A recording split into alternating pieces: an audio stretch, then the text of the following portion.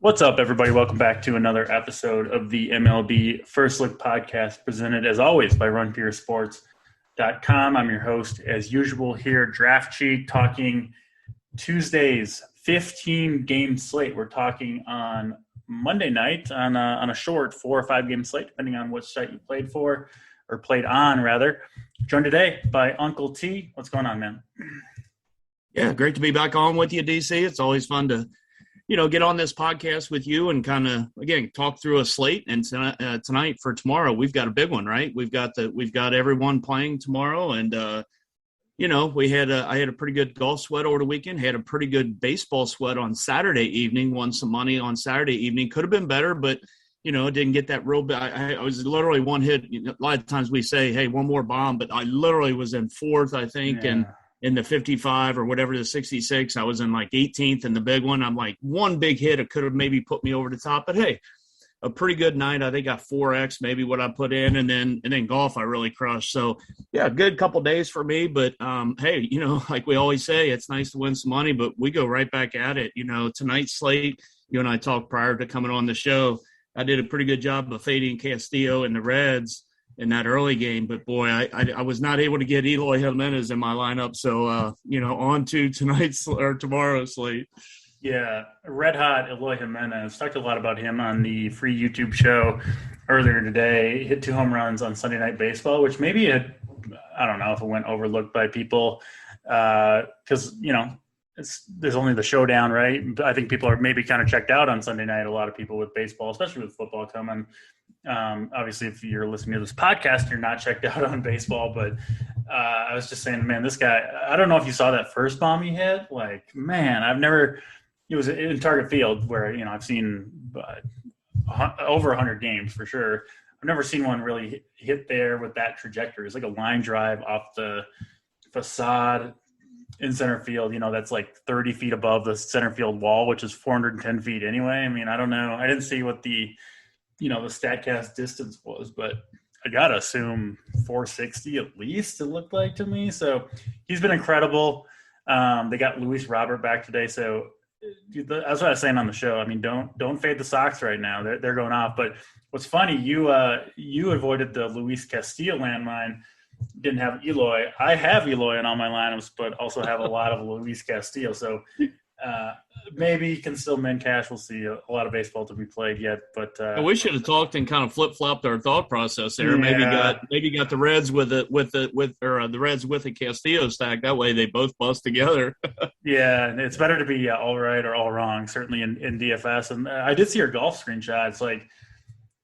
It's good to win. We don't complain when we win or when we lose, frankly. But when you get that close, it's just like, man, like especially or even in baseball, football, 1 touchdown, 1 home run in baseball, 1v1 in golf. And it's like you go from, 5Xing or 10Xing your money to, 100Xing or 500X. Like that's obviously what you're shooting for. And you only get so many chances, right, to get to the very top. And it can be if you go over 10 on those chances in a year, then maybe your results aren't as good as you hope. So we all know that.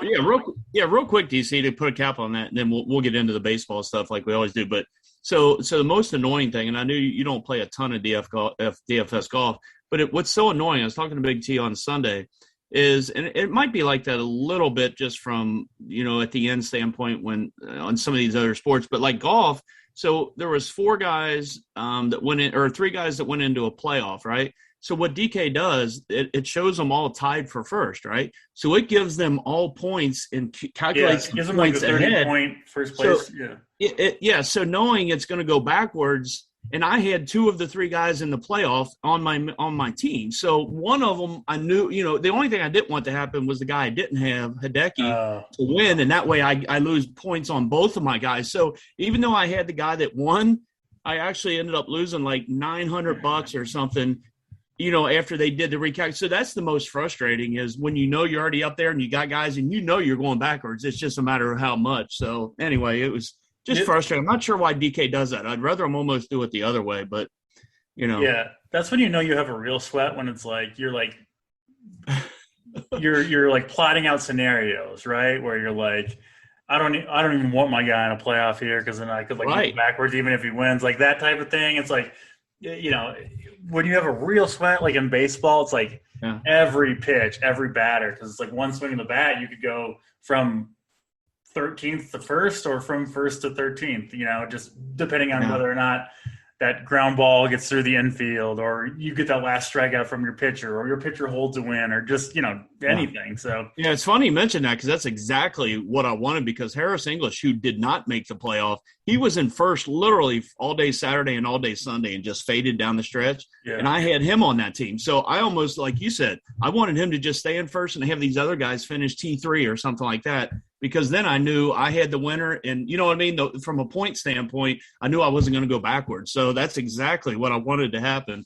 And again, I'm never going to complain about winning money for sure. But like you said, you only get a handful of chances. Golf is the most volatile at the very end, though, I think, just because it definitely can fluctuate a birdie, a par, or a bogey on that last hole. And literally it could jump you from first to eighth or, you know. So anyway, not to get too off the beaten path with that. I think golf and baseball are the most volatile because, like, Yeah. you know, you're chasing something down. If you have like a stack coming up in the ninth inning, right? And you got the Dodgers stack and a West Coast game, you got 5 guys coming up. Like you can jump way up or way down the standings if you don't have it. Like basketball, especially, like you're kind of like either winning or you're not in basketball, right? Obviously, you can kind of jump around a little bit, but like it's not you can't score like half the fantasy points you need in one possession, you know, like you can in baseball, one at bat, because it's just you accumulate points over the course of the game. So I like G Rise and I were talking yesterday through a DM, and we were talking about that very thing. Like Saturday night, that team that I had that did pretty well finished, I think, 12th. I had a Padres stack, a 4-man Padres stack, and I think it was the 4th or 5th inning, and I'm ready to move up the leaderboard, right? I got all this late action. It was bases loaded, no outs, and I've got all my guys coming up, and they got no runs. And I said, that right there, when you can't get anything like that, all your guys coming up with them loaded, no outs, and that kind of, you know, it kind of kept me where I was at, but I definitely could have catapulted up the leaderboard. That's how it goes, and that's why you be responsible with the bankroll, and you keep on grinding, and you hope your time. Got to get better, don't we? Yeah, I got to get better. certainly come for a lot of us, obviously here at RPS and members. Great seasons all around. Obviously, your nephew, Big T, has been on. I think the year of Big T, right? I think it's safe to say the right side of variance in 2021. You love to see it for Big T. He's been crushing it. Big platoon, keeping it up. So we got football coming up. We are officially 1 month away from football. It is August 9th. I believe kickoff is on September 9th this year. We're excited for that. If you do want to join us at Run Pure Sports, we can use the promo code RPS NFL 15. That will get you 15% off for life, as long as you don't let the subscription expire at any point. And you can sign up really anytime with that, because we are an all-encompassing site. Every sport, DFS, Discord, playbooks.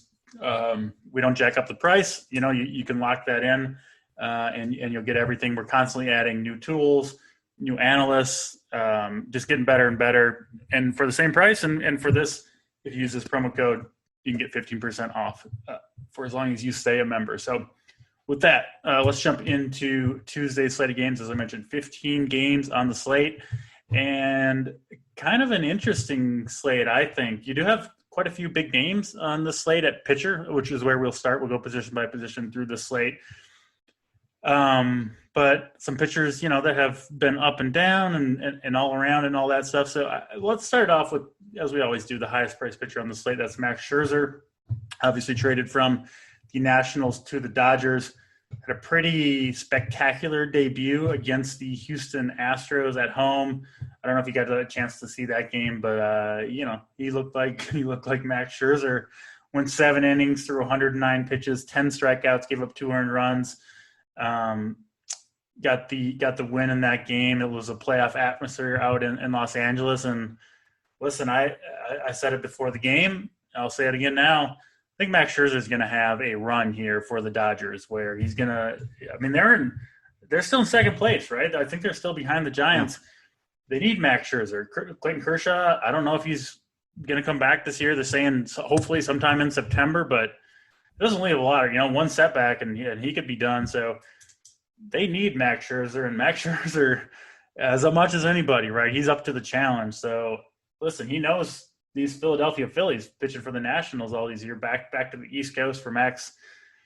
Philadelphia, they've swinging decent bats, right? Bryce Harper's gotten red hot over the last month or two, but I like Max going back to Philly. I kind of just think he'll kind of do his thing. I don't know how much analysis you need with Scherzer. He just seems to rise to the occasion in these big games, especially. So yeah, my SP1, Max Scherzer, and I feel pretty good about that. Yeah, I agree with a lot of the points that you made there. I'm actually a really big Max Scherzer fan in general. How can you not be? I mean, I think there are some people out there that just, for whatever reason, it's like any sport, they just kind of pick and choose the kind of guys they follow. Like I said, I think he's an absolute stud. I think Max, yeah. Yeah, and again, you mentioned it. He goes over to a team that clearly has all the offense in the world. They go and load up similar to what the Yankees did. They get Trey Turner. They get Max Scherzer at the deadline. They just go out and kind of get guys like the Yankees do. But the only drawback, if there is one, maybe tomorrow on Max is, you're going back up and paying the full price tag. He hasn't been this price since early June. And again, it's deserved. It's definitely deserved, for no doubt about it. And actually, I like him being priced up a little bit. If he was, say, more like 98, maybe 10K tomorrow night, I think he would be way, way, way overweight as far as ownership. Like, he'd be way up there. So I think at 11K, maybe it keeps a few more people off of him. And for that reason, I agree with you. I do like him quite a bit tomorrow. The Phillies lineup, I don't think gets the credit it deserves. Hoskins has been out the last few games, but I still think at the top of this order, it's pretty solid. When you got to get Real Muto and Harper and Hoskins, and then Segura's been hitting the ball pretty well. I'm not saying it's like murderer's row by any means, but I do like the beginning, the top of that offense. But for purposes of what we're doing here, I definitely like Scherzer. Not obviously, the next guy in line is Aaron Nola. I can't in any way, shape, or form figure out a reason why we would pay 10-5 and target against these Dodger bats right now. I couldn't see a scenario where I would click on Nola. And I've played him quite a bit this year, but it's the wrong matchup. It's the wrong price. So for those reasons, I don't have any interest in Nola. And quite frankly, I don't have any interest in Sonny Gray. He's priced up again. 10-4 back in early May. This is the highest price all the way back since May on Sonny Gray, and he just hasn't performed like a 10-3 pitcher recently. So until I see his ceiling game, which in the playbook last week against Pittsburgh, I thought that might be his ceiling game, and he just didn't perform. So I'm out on him also, DC. The only other guy that I could think about playing up here would be Sean Manaea. He did get hit pretty good the last time out, but prior to that, he had been pitching really good baseball, and he does draw a nice matchup tomorrow night against Cleveland. So for me, I'll probably for sure have Scherzer as my SP1, and I do have a little bit of interest in Manaea. Yeah, I have Scherzer SP1. Just briefly on Nola and Gray, it's been a rough season for Nola. I actually think he will rebound next year and maybe even the rest of this year, but not in this matchup against the Dodgers. I mean, I'm not fucking with the Dodgers right now. They got Corey Seager back. Now they got Trey Turner, who's just hit the ground running. I mean, they got Bellinger batting eighth, and I know Bellinger's been bad, but think about if he gets heated up. And Bellinger hit home runs on both Saturday and Sunday. I mean, this is just a murderer's row right now. So I'm not playing pitchers against the Dodgers, Aaron Nola included, especially at that high price tag. I just not doing it. Sonny Gray, same thing. I mean, Atlanta, I think they'll get Freddie Freeman back for this game. He had a little sickness, but sounds like it's not COVID related. There are other sicknesses out there, believe it or not. So yeah, I don't know. Sonny Gray, I'll pass on that one. Sean Manaea, he's been a miss for me this year. I really haven't played him very much, and he's been awesome. It's just funny, you see, you face the same team back to back, both the Padres. Dominated them when he had to go on the road, got to face them at home and kind of got knocked around. Just shows you the variance of just any individual player, right? And you extrapolate that out to a whole DFS lineup, and you can see how you can love your lineup and finish last, or you can hate it and finish first. It's just how it goes. But I don't know. On the road, Cleveland, they've got Franmil there. Jose Ramirez had a big game. They knocked around Luis Castillo a little bit. Now they've got Ahmad Rosario, who's hitting well. He's a fine play. 10K just feels like a little bit much to me, but I get it. Scherzer's still the preferred play for me, point per dollar wise, as we move on from the 10K region. There's some interesting pitchers, I think, in this 9K place.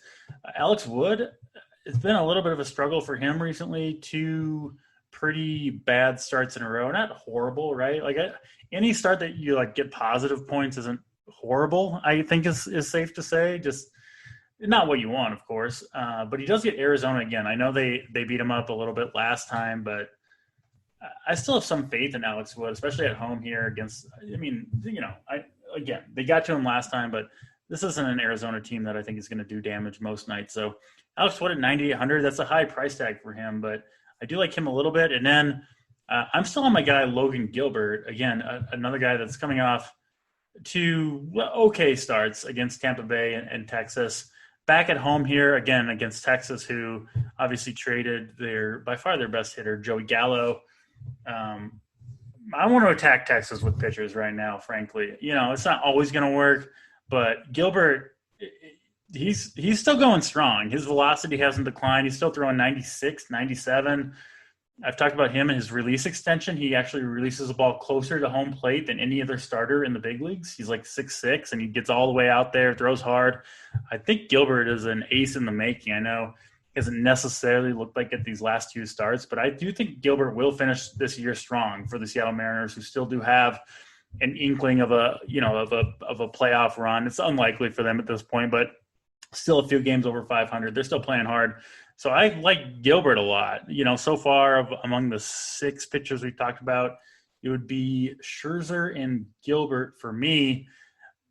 Beyond him, Ross Stripling, Eduardo Rodriguez against Tampa, John Gray I do like, but in Houston, I don't think Trevor Rogers is even going to make this start. So, yeah, for me, Scherzer and Gilbert. Do you have thoughts on Wood, Gilbert, Stripling, Rodriguez, Gray? Any of those guys in that kind of 9K range? Yeah, when I look at this range from 9K to the 9,800 there, it's really interesting, right? Because outside of Wood, who the last few games has been priced in that mid 9K range, the rest of these guys feel way overpriced. If you look, a little bit of sticker shock with these guys. And Gilbert 7,500 the last time out. Just looking strictly at price, not breaking down the matchup or anything yet. Just looking visually, it's like, wow, these guys all feel like they're 1,000 to 1,500 overpriced. So, but then you look at the matchup. So if you go one by one, I kind of agree with you though. Essentially though, Alex Wood has had his struggles. But I kind of would side with, I don't know, I probably would go Gilbert or Wood up top there in that range. Those are my 2 guys. Just because of the matchup, right? Yeah. I don't think Gilbert's overpriced. I'll say that. I think he was underpriced before. Okay, and that's fair. Yeah, that's fair for sure. So, so I do have interest in both of those guys. And again, I know you can make a case and spin these however we want, but like I said, on a certain slate, you almost want some of these guys to be priced up, right? Because if Gilbert's 8K tomorrow, he's just going to be his ownership's going to be through the roof, right? So I kind of like, in a similar fashion to Max, even though obviously you're not talking apples to apples as far as the pitcher, but I kind of like that Max is priced up at 11K. So here I almost have to have the same thought process. I really like the fact that Gilbert's priced up. Stripling, I just can't see paying 9,500 though in a certain sense. Stripling's an easy pass. I mean, I'm not overly afraid of this Angels lineup, but at the same time, on the road, I don't really want to attack them. Shohei Ohtani is priced down. We'll get to him in a little bit. 5,400 just I think is criminal as far as the price tag on him tomorrow night. But Erod, I did have him the last time out. The Rays know him quite a bit, obviously being in division. That matchup worries me a little bit. Tampa Bay's been hot. They go into Fenway Park. Even though Erod's had some good games lately, I just don't want to target the Rays at this point. We targeted them about a month ago when they were struggling a little bit. Right now it feels like, and again, a trip to Baltimore and Camden Yards, they'll get your offense right? But at the same time, I don't want to target them. 9,300, I don't want to do it. And John Gray, for the reasons you mentioned, I played John Gray a little bit at home the last couple outings when he had a good matchup against Miami, and I can't remember who the other one was. But I'm not going to target these Houston Astros, even though they've been in a little bit of an offensive funk as well. So for me, I'll probably go Gilbert one, and then possibly a share or two of Wood if I need to go there. Yeah, I think that all makes a ton of sense. I'm on Scherzer, Wood, and Gilbert. Frankly, yeah, I don't see myself moving off those guys based on kind of just the numbers I'm looking at, and then I just go beyond those guys, and it gets ugly in a hurry. Yes. I like Luis Patino a lot. His potential, at least, or no, I like him as a pitcher right now. I'll say that, but going into Fenway at 8,300 as a rookie, I mean, not super excited about that. The one guy I'm kind of looking at down here is Jake Odorizzi, who, again, not the most exciting pitcher in the world, right? A longtime veteran. You kind of, there's no long-term upside there, but he gets Colorado at home in Houston. I think kind of know what Odorizzi is. He's just kind of an SP3, right? But he might be my SP2 on this slate, maybe. So he would kind of be the guy I would look at. I know he's coming off a bad start, but that's against the Dodgers. That just gets a pass for me, frankly, at this point. So, yeah, Odorizzi, I guess, the cheaper guy I'm looking at. I don't see a lot beyond that, frankly. I mean, make a case for one of these guys if you want to, but I'm having a hard time doing it. Yeah, I'm definitely lockstep with you here. Even before the show when I went kind of up and down this pitcher, pool of players for Tuesday night, I just didn't see a whole lot in this mid-range at all. We talked about the guys up top, and I'm probably at least right now going to definitely be sticking with that pool of players up top and just trying to figure out the bats later. At least that's where the slate is leading me right now. I don't mind the Odorizzi call. I've bbeen targeting against him on the road in these tough matchups, and it's kind of it's kind of worked for me. But again, we in the past, brief past here 2 weeks ago, Colorado on the road, we would kind of target them a little bit. You get them away from Coors. Now they did go through a hot stretch, so they've been playing some pretty good baseball, albeit at home. Now they go to the road. I'm not really buying it with them, to be honest. Yeah, and they've had some good matchups too. They've had some tasty matchups there, but give them credit where it's due. They've won those ball games. Sure. But on the road, I usually like to target them. But boy, again, I just feel like if you take Odorizzi tomorrow, 7,700, are you hoping to get 15 points, 12 to 15? I mean, because I don't see him. If you look at if you just strictly went by game log, which I know we don't want to do, but I can't imagine him. His ceiling is what? Maybe 5, maybe 6 innings if he's going well, and maybe he gets to 20 points with the win. Yeah, I don't know. 6 innings, yeah. And if you're happy with that, I think he could be easily in your pool because there's just no one else in this mid-range.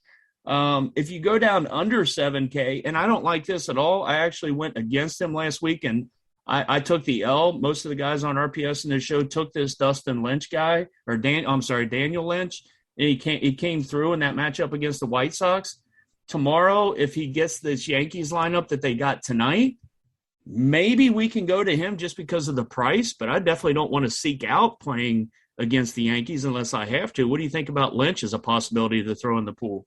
Yeah, he's definitely a possibility. I mean, he's certainly a better option than most of these other guys. So, I mean, ultimately that's what it comes down to, right? You're trying to narrow down the 3, 4, 5 best options. And I do think Lynch is in play. Don't really want to play him, but I do think he's in play. I mean, I was looking at just on this slate, Aaron Ashby, just because he's going against the Cubs.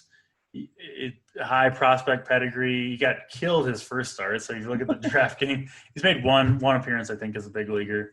Made it 0.2 innings and gave up 7 runs.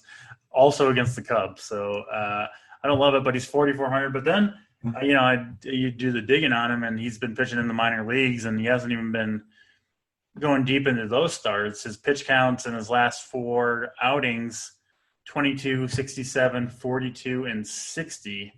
So can't really play a guy with questionable skills and questionable how long can he go in the game, right? That doesn't really work because the downside is still there, and then the upside's eliminated if they're going to be removed if they're cruising through 4 innings. So pitching, I think it looks okay at the top with Scherzer, Wood, and Gilbert. And then, let me throw in one other scenario, just one other scenario for you, DC, and see if. And I'm just kind of thinking this as you were talking a moment ago, but San Diego is opening up with Stamen tomorrow night, or however you pronounce it. He's only going to go 2, maybe 3, but probably 2 innings. This guy that's coming in after him, he's 4K, and who is it? He does. He does draw a nice matchup, right? He's going to probably come in the 3rd inning, possibly the 4th. He probably will go 2 to 3, but at 4K, say he comes in and gets you 2 to 3 strikeouts, gets you 8 to 10 points at 4K. I don't know if that's what we need on this slate at all. I'm just saying with the pool of players through the mid to lower range that we just have a hard time, finding any, anything good to kind of, draw us to click in their name. I'm not saying this guy is totally off the board at this point. I might be crazy, but No, I mean, I think this could be a slate where if you can find a good reliever that you think is going to throw 2 or 3 innings for 4K, could be a way to win. I mean, I'm looking at this guy for San Diego. I don't know how to pronounce his name. Reese Nair, I guess would be. We'll go with that. Canair, maybe I think the K might be silent. I don't know. Yeah, I mean. About a strikeout an inning, right? He's averaging about a strikeout listen, an inning. If you told me he's going to give you 10 fantasy points, I'd probably be in, frankly. So yeah, because you could get the sour, you can pair him with Max, right? Yeah, and again, I'm not loving this. Obviously, we do this a whole 24 hours in advance of these games. Yeah. So I'm just trying to throw out a scenario where we can – and I'm actually not as much in the pool of grabbing these 4K guys like you and our boy Big Platoon have been doing lately. I've been actually behind the curve on that. You guys have been way ahead of the curve. Yeah, but I won't force it in there. I've got to have some faith in it. Yeah. So yeah, the matchup included, I think I might be on board. I'm trying to talk myself just because of the matchup too. You get a Miami team that, you know what I mean? They obviously don't scare you, right? I mean, of course, the matchup's good. Yeah, no question about that. Yeah. I'm looking at this Justin Steele guy too for the Cubs. Okay. I think I'm more interested in him. So he's 4.7K, gets Milwaukee. So the matchup clearly not as good, but he, I think, is a high prospect pedigree, or at least somewhat of one. And his last 4 over at AAA, where he's been pitching 60 pitches, 71, 72, and 80, looks like a pretty good amount of swinging strikes. So, I don't know what the weather will look like in Chicago. Again, like if the wind's blowing out or something, then he's okay. So he's 26. Yeah, and he hasn't pitched in the big leagues since May. You know what I mean? So he hasn't pitched in like 3 months. Yeah, he looks pretty. He does have a 1.32 ERA and 27 innings at AAA, but right. Yeah, he doesn't look all that exciting. Well, look at us. We're trying to find anybody. We're trying. There's not that many options, so maybe we'll just we'll go with the Scherzer, Gilbert, Scherzer, Wood. There you go. Yeah, maybe an Odorizzi in there, but it gets to be pretty slim pickings, frankly, especially when you include the prices. So that's a lot on pitching. We'll move it on. We'll move it on to the hitting side, where we should have, I think, a few more options, given that we don't like hardly any of these pitchers. I'll start it off at catcher. I mean, I see a bunch of good options right off the bat. Eric Haas, we've been on him for this run. He's been incredible. Gets Keegan Aiken in Baltimore. I mean, hard to do better than that. 5,400, a lot to pay, but dude's earned the price tag. You know, he's been awesome. So I have no problem paying up for that if you can afford him. Might be tough because I think we do want to pay for pitching if we can. Tyler Stevenson, 4,800. I think is a good play for the Reds. I like them against Drew Zamiley for sure. You got Mitch Garver against a non-strikeout lefty and Dallas Keuchel. That looks pretty tasty. Wilson Contreras, I know we're kind of off the Cubs offense, but he's still got power upside against Ashby. So a number of different ways you can go at catcher. Yeah, definitely like the Haas call. Obviously, definitely a sticker shock with him at 5,400. Draws a nice matchup in Camden Yards against Aiken, who clearly isn't very good. So don't mind that. Salvi Perez, in Kansas City, not the greatest spot for bats that I, like to target normally. But, again, Nestor Cortez has some strikeout ability, but he's a lefty that, could definitely give up a home run. So definitely don't mind that. Stevenson should draw the start tomorrow night against the lefty Smiley, so definitely don't mind that either. The guy I like to target against righties, and he's in a matchup against Nola, is my boy Will Smith. I bring him up pretty much on every show, but love Will Smith, righty. You mentioned Contreras. I'm going to probably stay away from Contreras or the Cubs right now. I just don't believe in them. Garver, I definitely like the Garver call a lot. He should be back in there tomorrow night against Keuchel. If he's not, Jeffers will draw the start, I would assume. So either one of those guys, depending on who's in there, I don't mind that at all.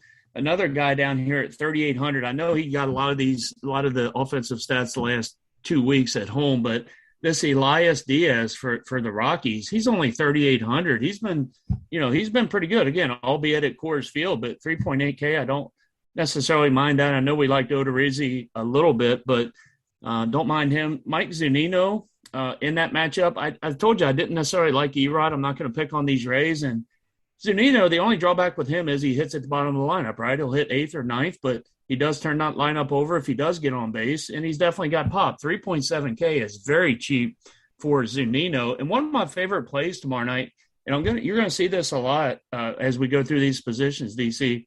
I like some of these Pirates tomorrow night against J.A. Happ. And yeah, my boy of course, Stallings, man. Of course. My boy Stallings down here at 3.5K is just screaming at me. Now, he's been he's cooled off a little bit the last couple of weeks, but he does have some pop. He definitely hits against these left-handed guys, and boy, Happ definitely doesn't, scare me whatsoever. So I kind of like a couple of these cheap guys as well as a couple guys up top. So there's plenty of ways you can go at catching tomorrow night. Yeah, tons of options. We didn't even cover all of them, most of them, I think, but there's still even more out there.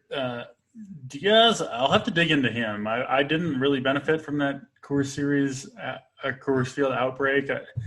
He'd been kind of a guy I've been just kind of had written off. Sometimes you just like kind of write a guy off. You're like, this guy sucks. I'm not going to play this guy anymore. So I'll have to see maybe if he changed something, but initial reaction would be probably not for me.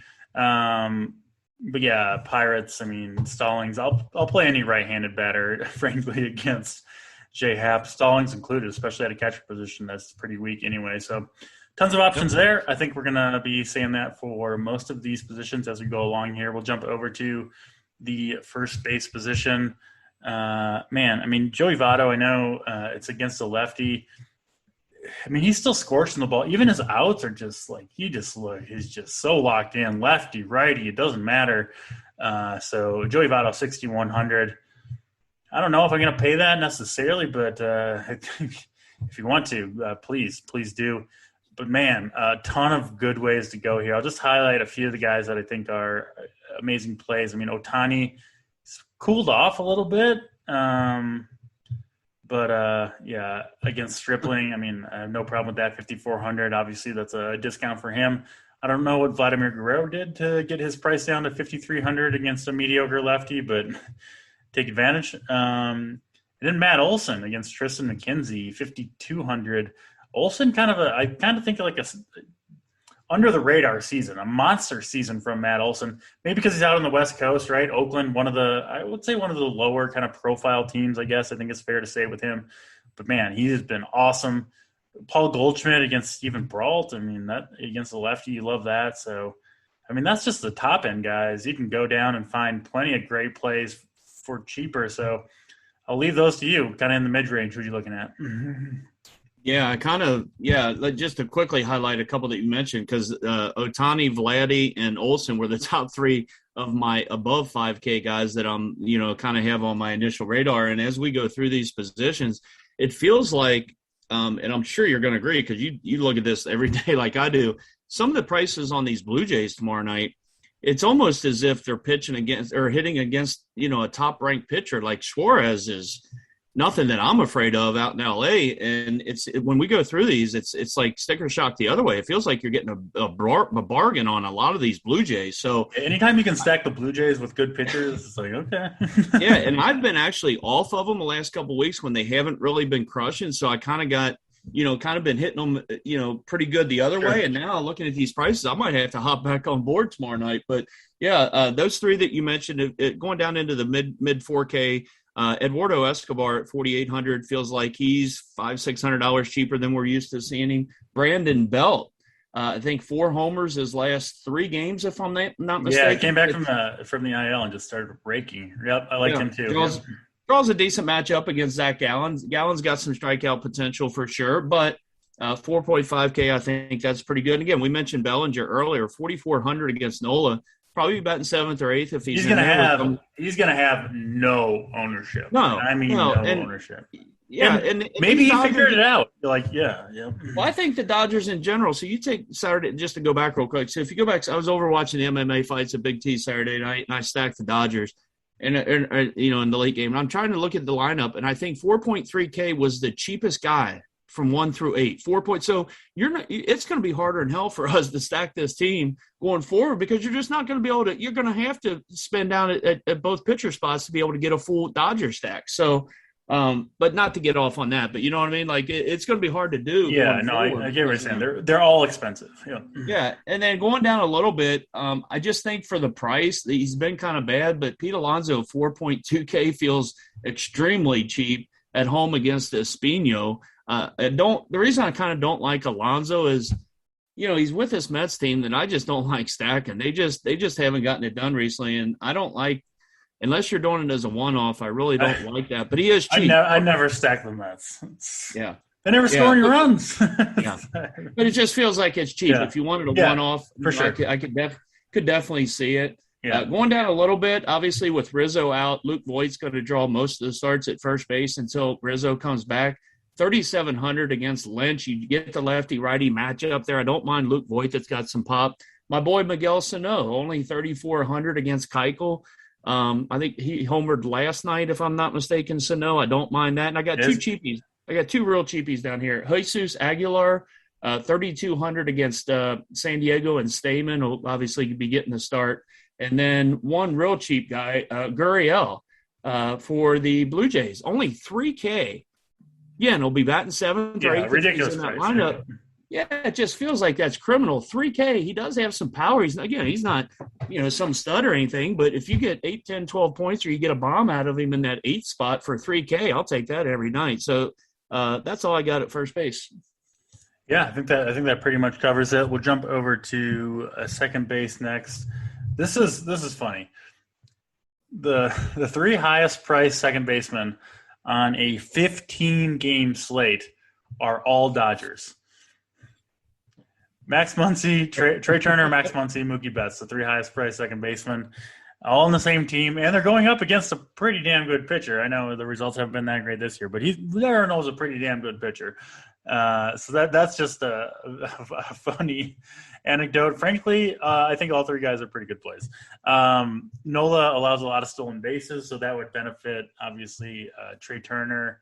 And I'll have to check the Mookie Betts on Trey Turner there. But, and then obviously Muncy, it gets the platoon advantage. So, I don't know, good luck picking between those guys. Moving beyond that, I mean, Jonathan India, I think he had kind of he did some damage today for the Reds. He's been awesome, man. I know you're a big Reds fan. He reminds me a lot of Bo Bichette. I mean, it's not just the hair, just kind of you can kind of do a little bit of everything. He plays the same way. I agree with you. Plays hard, can make plays on the base pass, like maybe not like the most raw power, but can hit it to all fields. Just seems like a good ball player. Like something like I've been very high on Ozzie Albies since he came up from and sometimes you just see it, right? He's like 21 years old. He's flying around the base pass. He's having fun playing, and you're just like, all right, this guy's going to be good, for a long time. Just a matter of how good. So I do like India a lot. Power speed combo against Smiley is what you want. Smiley can't hold runners on bases, and India's got some speed there. Albies himself, I don't think I'm going to be playing Braves as one-offs, but, you're the Reds fan. Would it shock you if the Braves roughed up Sonny Gray in Atlanta? It wouldn't shock me whatsoever, right? He has control issues at times. He could pitch a gem, too. It's just Sonny Gray. You just don't know what to expect. But when he's bad, it goes south in a hurry, and the Braves would punish him for that, I think. Yeah, I think last year, and we should have talked, or I should have said something about it when we were going through the pitchers in general, but as far as Sonny Gray, but I think last year, and I don't know if it was injury related, it might be because he obviously had some injuries he went through earlier in the year.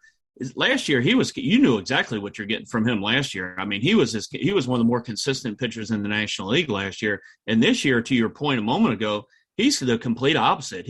His variance could be where he could get you -4 points, or he could get you 28 or 30 and throw eight strikeouts. So I do think the variance on him, if you will, is very, very wide right now. So I don't know that I want to stack against him, to your point there with Albies. And like you said, probably Freeman will be back in the lineup tomorrow night. Obviously, Acuna is out.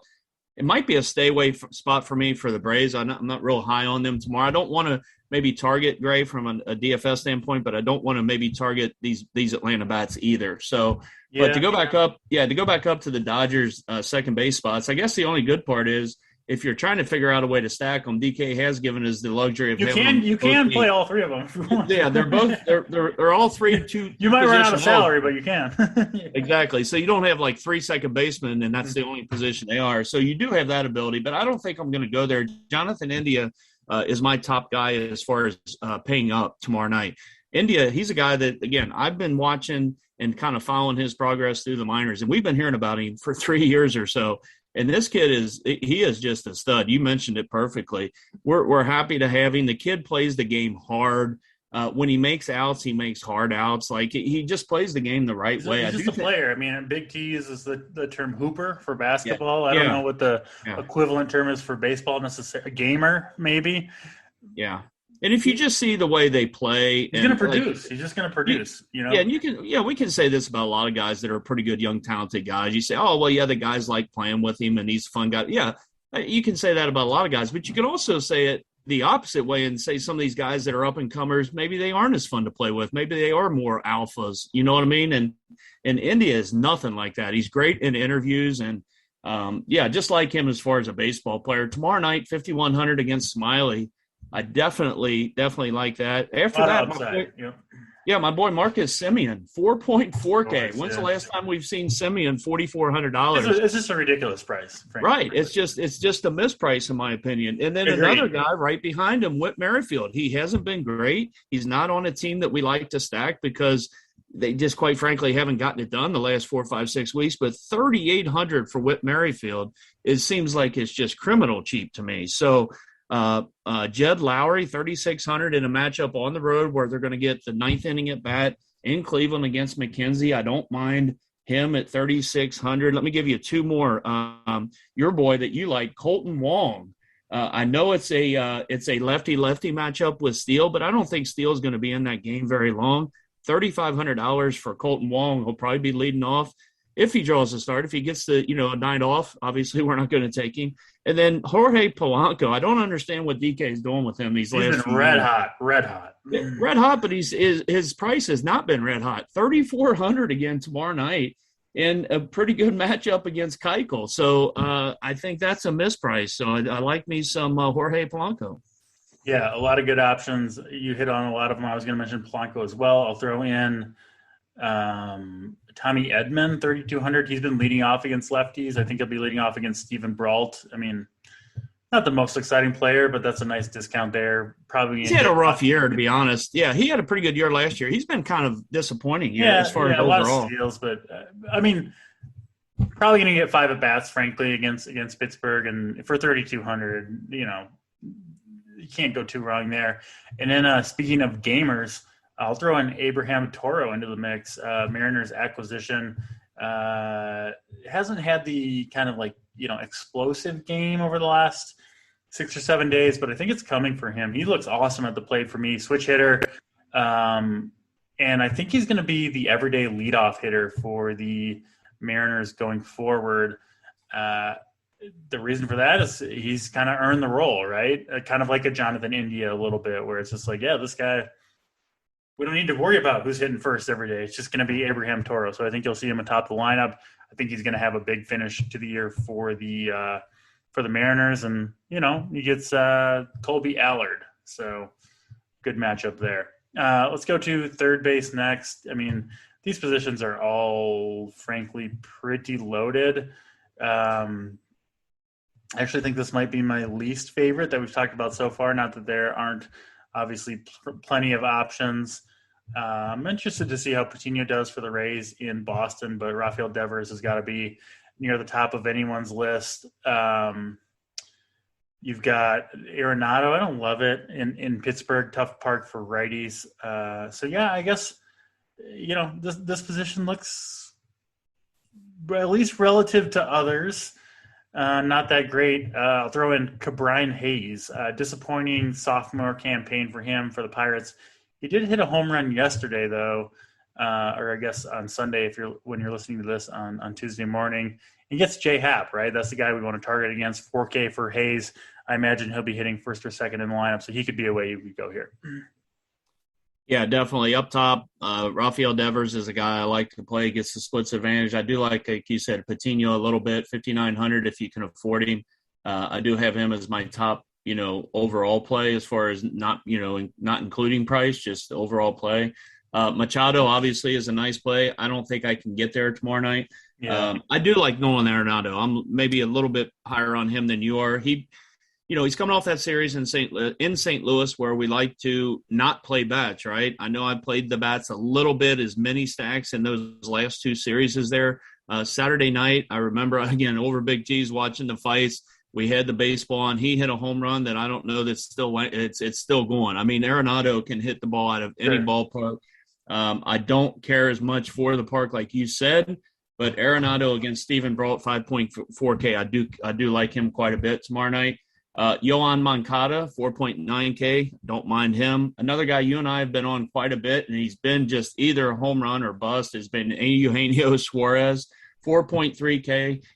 Gets the matchup against Smiley. It's literally been a home run or nothing for him. It's just been an awful year for him outside of the power for Suarez. He's catching a lot of heat here in Cincinnati, to be quite honest, and I'm not sure if that marriage is going to last with him. And I don't know. I don't know how it's going to go, but he's been taking a lot of heat recently. They've been wanting to get him replaced fan-wise, not necessarily management-wise. So we'll see how that goes. Going down a little bit, another guy that's had a disappointing season, DC, that we were on quite a bit last year, Matt Chapman, 4,100. Don't play Chapman. I've been off him. He's hurt. He's coming off the hip surgery. He hasn't been the same all year. Oh, yeah. Well, okay. Yeah, I thought he was just coming back and kind of getting back in the rotation a little bit. I thought, if you think he's still hurt and whatever, I definitely will come off. Has his results picked up? I don't know. No, they haven't been great, but they haven't been poor either. He had 14 a couple nights ago, and it hasn't been great. No, not any consistency. I was just thinking of a cheaper guy at 4,100 in a good matchup on the road.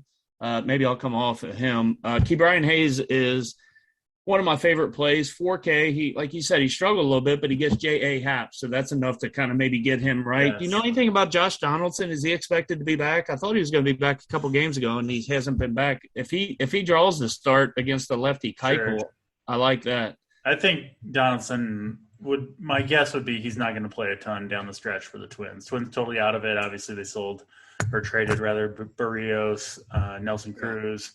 Donaldson, they still have him under contract for at least one more year, the Twins do. I was a little surprised he didn't go at the deadline, right? To kind of, maybe get a young player. So I think the Twins still consider themselves contenders in 2022. The years, I'm getting them all mixed up with the COVID years now. We're in 21 now, DC. Yeah, 2022. No, yeah. So they consider themselves contenders next year.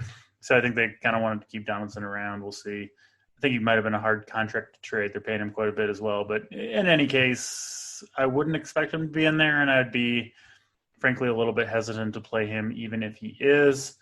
A couple other cheaper guys I'm looking at, again, going back to stacking against J Happ, which I am going to do until he retires. Rodolfo Castro, it's been a rough run for him ever since that brilliant I think he had 4 home runs in 4 days, something like that. But I still am a little bit of a believer in him. He's 2,900. Might be hitting, in the middle of the order or the top of the order against J Happ. If he is, I would.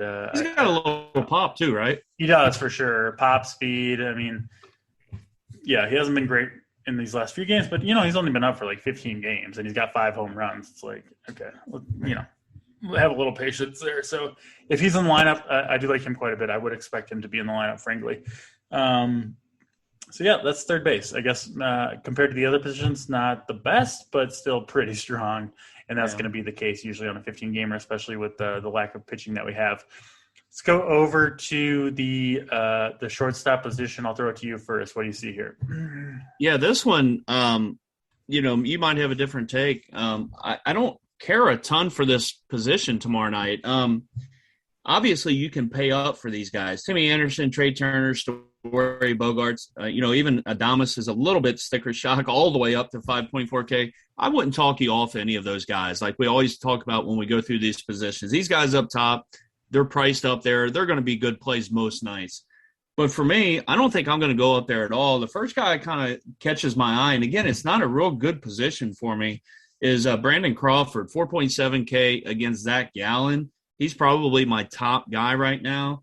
And then you go down a little bit more, as crazy as it sounds, Kyle Farmer, 4.2K against Smiley. I kind of like these Reds bats tomorrow night against Drew Smiley. And then Carlos Correa, 4,100 against Gray. Other than those three in the 4K range, DC, I don't like this position whatsoever. Talk me into somebody here because I don't really see a whole lot where we get either a good matchup, good splits advantage, or a good price. So talk me into some of these guys. Yeah, I think what you said is fair. I think it's a kind of a surprisingly weak shortstop position. Willy Adames, I think, makes some sense for the Milwaukee Brewers. He has been awesome since going over from Tampa. I don't know if you saw the story. I know I've mentioned it on the spot. I don't know if you were there, but he basically he couldn't see in Tampa. Like if you look at his career splits when he was in Tampa and when he was not, like the batter's eye or the dome, he just couldn't pick up the ball, and so he's like 300 points lower in career OPS. Excuse me, and then he gets traded to Milwaukee. And he just takes off up to 20 home runs. I think he could get to 30 home runs. I think Willy Adames has about 10 more home runs than that bat. Yeah, he's going to earn himself a contract with this year, right? I mean, I don't know what his contract is, but he's going to earn himself some money with the way he's played this year. I mean, he's as crazy as it sounds, you can find him now in the NL MVP odds. Like he's listed. He's been that good for the Brewers. So Willy Adames from a Red standpoint, DC, I don't know if you probably know this because you follow this stuff just as much as I do. In the off season, right before the season, you know how the Reds they had like 6-7 shortstops they were trying to get in the off season, right? Mm-hmm. Correa, I can go down the list. And Adames was one of the last guys kind of to not sign with anybody or to not change team.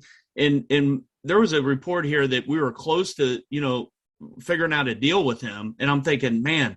If that's all we get, again, this is coming off last year, right, where he wasn't very good. And I'm thinking, man, if we get him, I don't know if that's much of an upgrade. Now, though, seeing what you just said and then how he's played this year, I'm like, wow, could you see him on the Reds right now with all them other studs in that lineup? Yeah, he would be crushing it with the Reds right now. I feel pretty confident about that. Kyle Farmer has been a pleasant surprise, certainly for Reds fans, but Adames has been incredible. 5,400 feels like just a crazy, crazy price tag for him, but he has earned that price tag, no question about it, at least in my mind. Brandon Crawford, he's been a hero for RPS this year.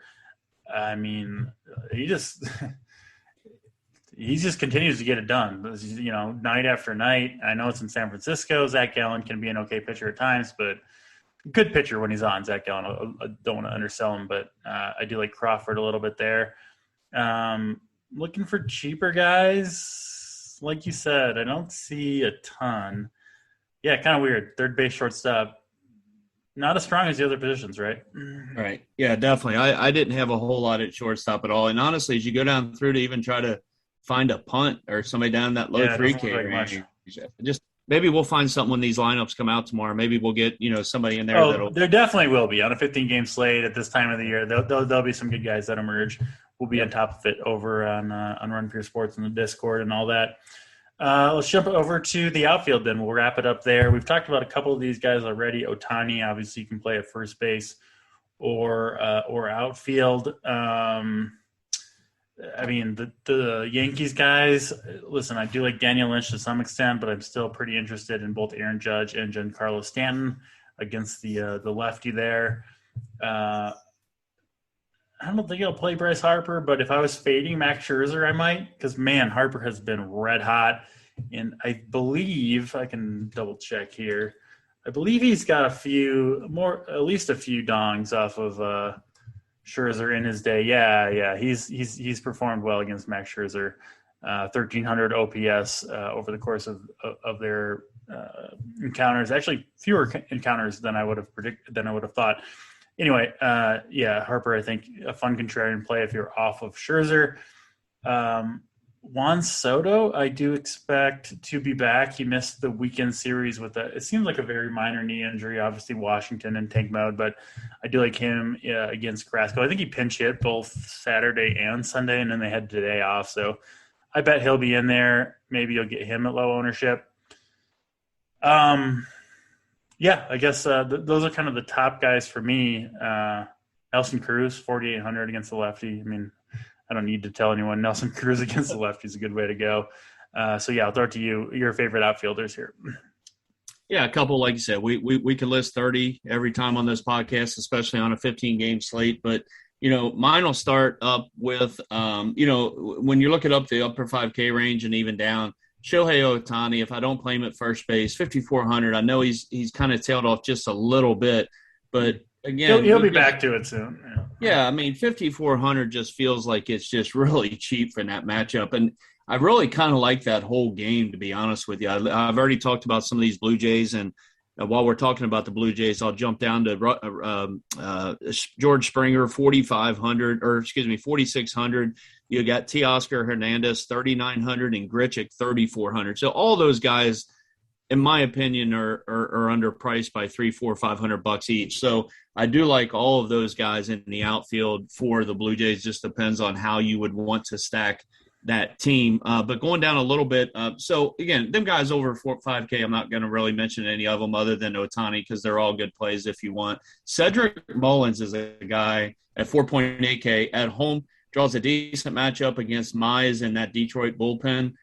Cedric Mullins has been this guy's been a stud. I mean, I haven't been on him probably as much as some, and he's been amazing. Yep, no question. I'm probably a little late to the party. I've played him here and there, but boy, you look at his stats and what he's done this year. He's been really impressive. He's not a big guy.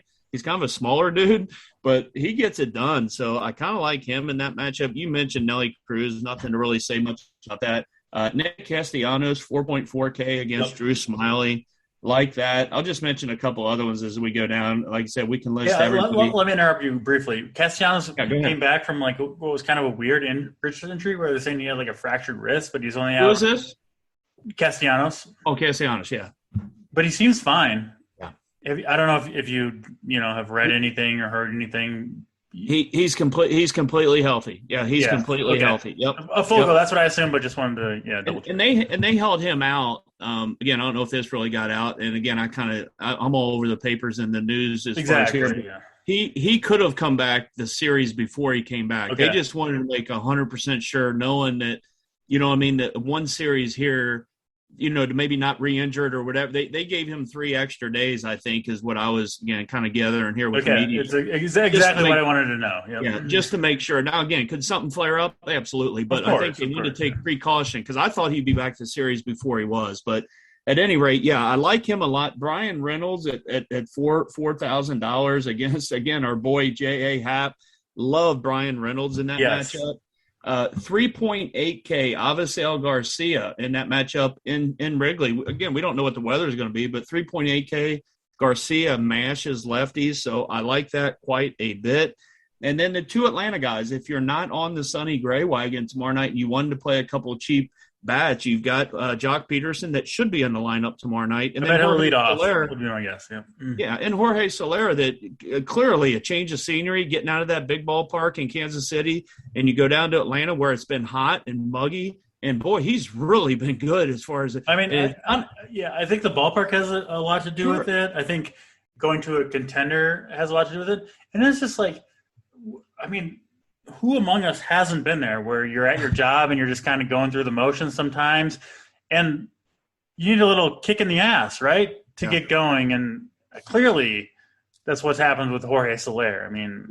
Yeah, and we know we've seen that. We know what he can do. He had 48 home runs in 2019. He's got power. He's got potential, and clearly he's not Acuna, right? He's definitely not a Ronald Acuna. But boy, he's filled the void pretty well. As far as especially, and again, awesome. It's a short sample. He's been there 3 weeks, right? But the early returns are, and again, they're not pricing him up from. I think he's going to hit another 10 home runs the rest of the way. Absolutely. So those are the two guys I got. Again, if you wanted to maybe mini stack against Sonny Gray or a full stack, I'm not going to full stack against them. But if you want a little mini stack, again, Jock Peterson clearly has some power, and 3.4K, you're not paying a mint for him. So, and then I mentioned Grichuk at 3,400 against Suarez. If he draws a lineup spot, again, got power for that price. I'm looking for power and price, right? You're looking for a guy that can get you a home run, possibly two, and you're not breaking the bank. So, again, we talked about paying up for pitching, and we just mentioned just offhand there 6-8 guys that bring a lot of value to the table tomorrow. So I kind of like that. Yeah, it looks to me like the outfield's going to be a position to save on, right? Because we don't love the bottom end of pitching, and a couple of the positions, shortstop and third base, seem a little bit thin. I'll throw a couple more guys into the mix. The St. Louis guys, Tyler O'Neill, 3,500 against Stephen Brault. Harrison Bader, I think, is under 3K, also against Brault. So I could see the Cardinals potentially doing some damage. Again, not the best ballpark in the world, but Arenado, Goldschmidt, Edman, Carlson, O'Neill, Bader, right? Like a lot of guys that are underpriced, it seems like.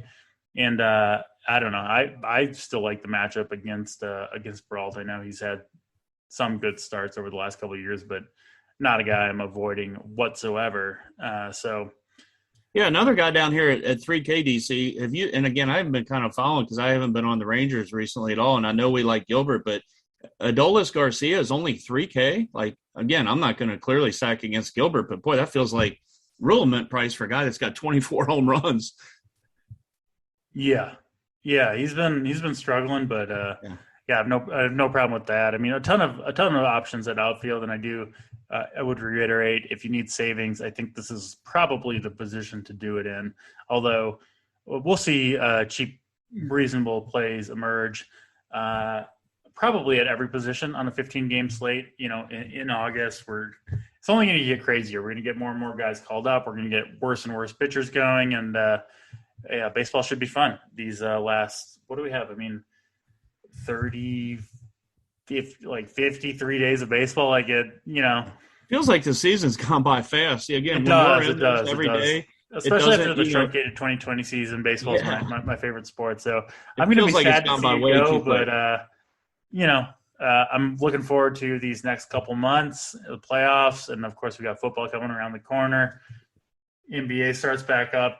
That's the great thing about sports; it never ends. You just, you kind of slide into the next one slowly if you have to, right? I'll be grinding baseball to the very end, and kind of maybe easing into football a little bit. We'll see, but I'm excited for the conclusion of the baseball season. A lot of games left to be played.